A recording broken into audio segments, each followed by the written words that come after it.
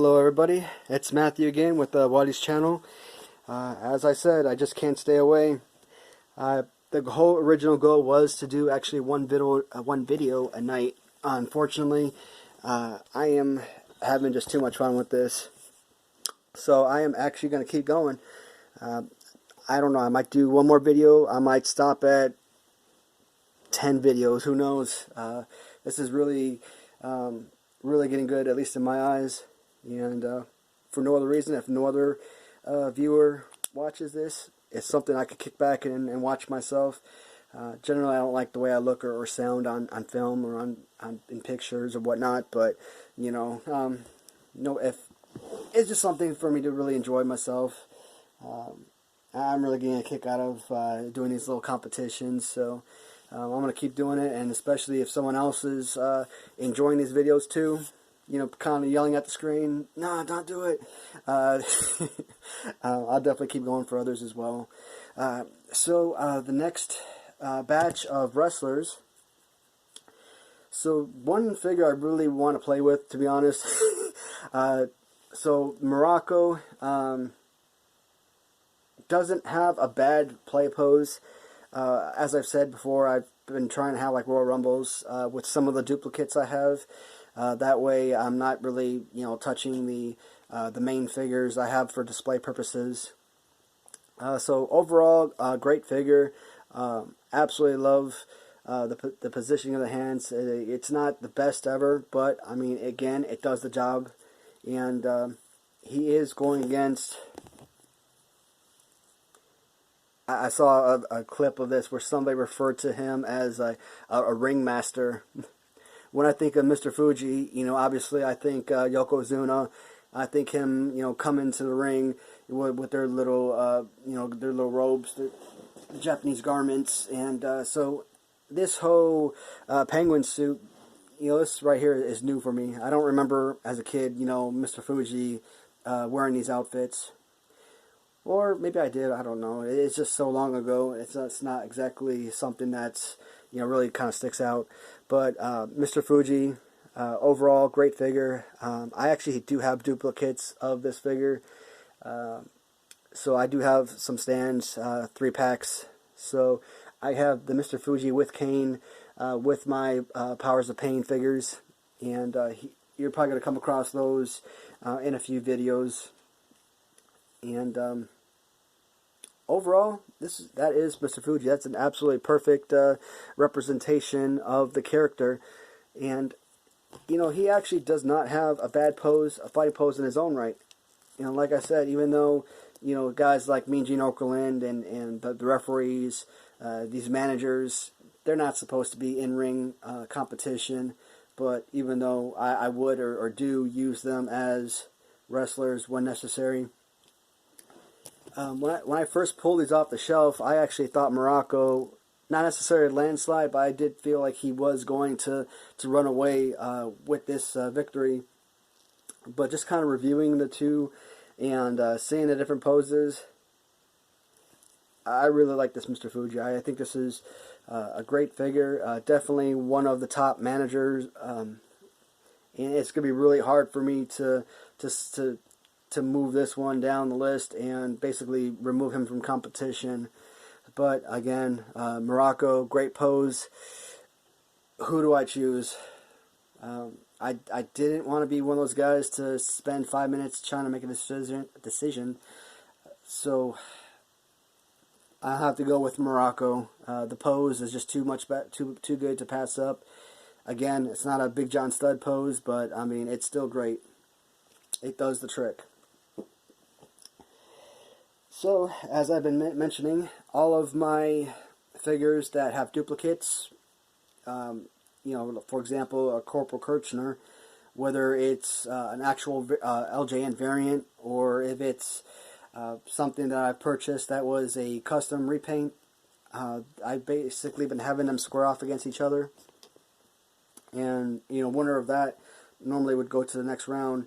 The reason I've been having them square against each other, because I kind of feel like it would be unfair, especially if you have a ton of really great figures and, you have to pick one out of that and then have them face someone else in the same round. So this is, it gets me the opportunity to move more figures along to the next round and give them the opportunity to win. So one of the most, I guess, one of the most beautiful figures out there is the Ricky the Dragon Steamboat. It's very simple, just simple black pants, black boots. For me, I know a lot of people absolutely love this figure, and it's adequate. I mean, the way that his hands are clawed like that, to be honest, if I'm doing a competition, I don't really have much that I can use as a finishing move. So what I do is I kind of grab the guy by the top of the head and kind of like throw him face first into the mat, and that's basically his finishing move. Of course, Ricky the Dragon Steamboat, Jimmy Snuka, I kind of like, have them jump from the turnbuckle a lot, so, they're always flying through the air, drop kicks, clotheslines, what have you. Have another one of these beautiful custom belts. Now, some of these belts, I get them from random sellers. A lot of the LJN belts that aren't the rubber version from Random Treasures does come from Wrestling Writer on eBay. A lot of time his figures do come with wrestling belts, so he's kind of like me in the same sense that we both enjoy putting belts on all of our figures. Beautiful figure. He is going against my first custom, which is a Ricky the Dragon Steamboat red pants. Just the design alone on the pants is just absolutely gorgeous. Well, I really need to fix the lighting in this basement. I've been rewatching a couple seconds of each of these videos, and the lighting is terrible. I promise to do better, guys. I mentioned this first video, so we'll work on that. Ooh, something I never really noticed before, never really paid attention. It does actually say Dragon on the boots, which is pretty cool. Now this, with the red headband, the red boots, the design of the dragon, right on the boots, I mean, there's just no competition. This one right here is a perfect representation of a great character. He is not my only custom, however. And even though this might actually be one of the most perfect customs I have, and again, rubber figure, which is great, he is going against my friend Eric's Ricky Steamboat. This one does come with a couple different title belts, as a matter of fact. I like the little foam belt that he has here. This one's more paper printed with plastic sheeting, laminate, what have you. This one is actually a lot more simple. Just white pants, white shoes, and no additional writing. But it does have this really great, red drawstring here, which is pretty amazing. And I'm just checking now, and neither of the other figures come with that. Now his headband does come down a whole lot more than the other custom. And just look at that face. I mean, that is just, perfect design, well colored. I mentioned that the Red Ricky is possibly one of the most perfect custom figures that I own. But just looking at this, I mean, with the added bonus, with the added pieces, with the drawstring, and with the headband, title belts can always be replaced, put on someone else. But I just really love this figure. Again, my friend Eric, I buy a ton of custom LJN figures from him off of eBay. Wrestling Writer, please give him a look if you're ever interested in custom figures. If you want to own something one of a kind. Amazing work. He has the best eye. I will talk about him often because I really love what he sells in his shop. And just so we know, guys, nobody's sponsoring me. I'm not getting paid to bring up anybody's their shops or business or anything like that. I always believe in kind of paying it forward. When someone gives you a great product, or their service has been absolutely amazing, you definitely want to let other people enjoy those opportunities to kind of experience the excellent experience for themselves. So, wrestling writers' version of Ricky the Steamboat, White Ricky the Dragon Steamboat, is moving forward to my next round. Super excited about that one. Now, this is two LJN customs. We all know what we're talking about here. We're going with the SD Jones. Don't feel like I have to spend too much time on this because I think it's pretty obvious which one's moving on. So, SD Jones is one of those figures with a perfect play pose. At some point, I think I had Nikolai Volkov, probably based on play pose alone, as like maybe my number 4 or 5 favorite figure. Coming up against some other characters since I've been able to really experience them. He's got pushed down a number of spaces as far as playability. SD Jones is actually one of those guys that might be in the top 5, top 6 as far as play pose go. And oddly enough, Freddie Blassie, the underdog in my opinion, has one of the best play poses. He might be in the top 5, top 6, top 7 as far as playability goes. So this is actually a really great figure. Just like his variant, the Hawaiian shirt version, they both have the Hawaiian headband. The red shirt obviously is I guess the priority, the main character that you look for, but I really like the color of the Hawaiian shirt. I guess it just makes the character pop more. So for that purpose only, as far as coloring and design, the SD Jones number 2 Hawaiian shirt variant does move on to my next round as he defeats his red shirt counterpart. Trying to find a figure that can match up against Mean Gene Okerlund. I think having him go against some of the other characters would be unfair. We'll start with Mean Gene. I know we're not with this competition. We're not supposed to take the actual person or what they mean to you into consideration. It's supposed to be, the LJN figure itself. Playability, design, colors. All that's supposed to be your reasoning for selecting that character as your favorite LJN, or pushing them forward further in the competition. But Mean Gene Okerlund, I mean, he just has to move forward, even if it's just one round into moving into the second round, and then he gets eliminated. It's just a great figure, great likeness. Absolutely love the way that the microphone is kind of displayed. You kind of like just put it in the wrestler's face, that way they can sit there and do their jammering that they would do. He's just a great figure. And again, I talk about having that body slam pose. I mean, that to me is the most important part of any wrestling figure. I mean, decent, not perfect, not at all. Again, he was never intended to be a wrestler or used in wrestling competition. So, but in this round, he is going against adorable Adonis. I have absolutely no idea who Adonis is. I guess he was before my time. I don't remember either pre-pretty boy, whatever you want to call this, pre-adorable, or post. But this is just a sad character. I don't know. I think I've heard the word flamboyant used a lot, which, I mean, the way that the leg kind of kicks out to the side, the hand gesturing, which is weird. I mean,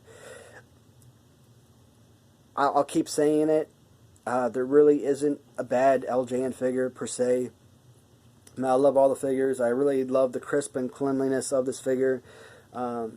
The eye paint actually looks really good. Display pieces, I like it a lot. Beautiful figure. But again, we're talking about playability, something that you can actually, enjoy. He does have, I mean, he could probably slap you, punch you, even though you got to pretend to throw a punch.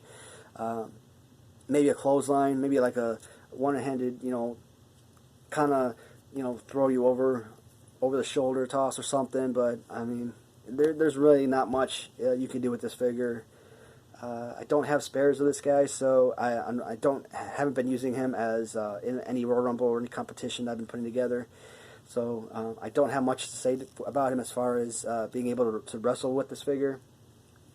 So based on that note, I am moving Mean Gene Okerlund on to the next round, and hopefully a lot of people will agree with the assessment. Again, I'm trying to make some of these battles, trying to make them as even keel as possible. And the next round, or the next battle here, I think I'm going to probably stop after these two here, and we'll see what happens. I'm going to try and post some videos. Hopefully people enjoy them. So, to me, one of the most overrated figures. So, there is obviously some meaning behind this figure as far as the importance of this figure. So Terry Funk, I don't have the branding iron. Obviously, you do got the removable hat and a custom belt that comes with the figure. This is actually the very first LJN figure I purchased from Wrestling Writer on eBay. So this really set the tone for our professional relationship, you know.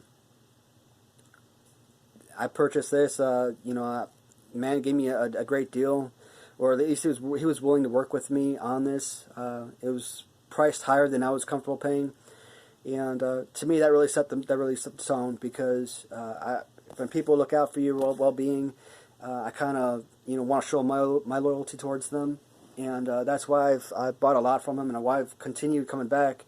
Isn't just simply, I love your products, but hey, I appreciate your loyalty and your respect, so I want to show my diligence and my respect and loyalty to be a repeat customer.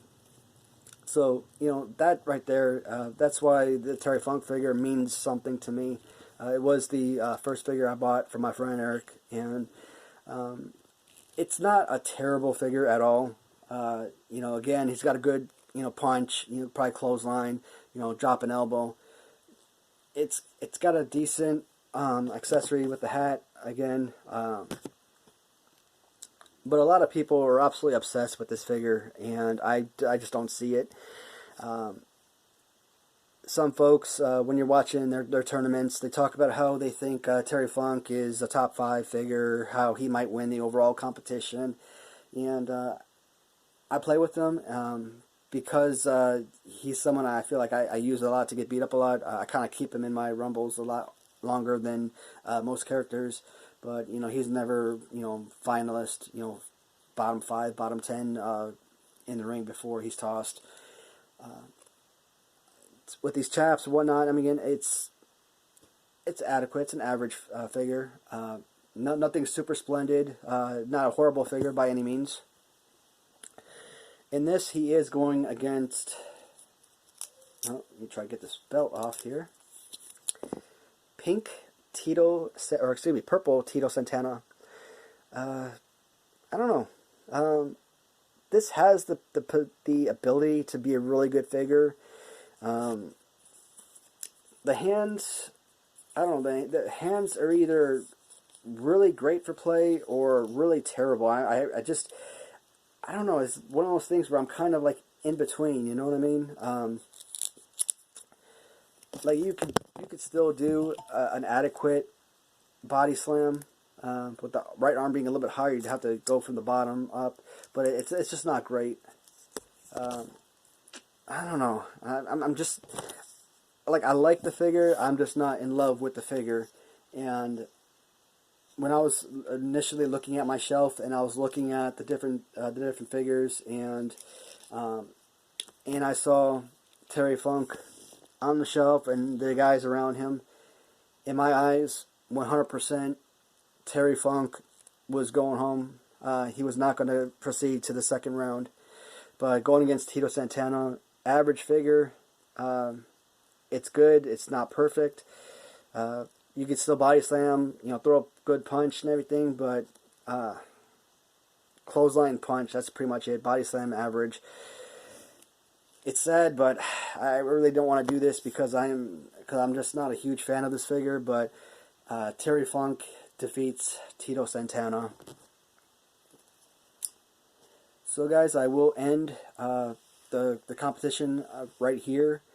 One of the good things I like about doing all these videos all at one time, if I do go ahead and I put them up all simultaneously, any viewers that do go ahead and actually watch these videos, you know, you're not going to have to wait till the next day or you know, wait a week in advance or wait a week in between videos. So you get the opportunity to have me just kind of shoot through these, which is, you know, always great. So I will be back with the next round of matchups. So this is kind of what we're looking at now. I might have to redo something with the killer bees right here towards the end, unfortunately. Because I just don't think the remake of the killer bees are really going to do much. Just kind of give you an overview of, you know, what's to come in the future. Alright guys, I'm going to say goodnight for now, and talk to you guys soon.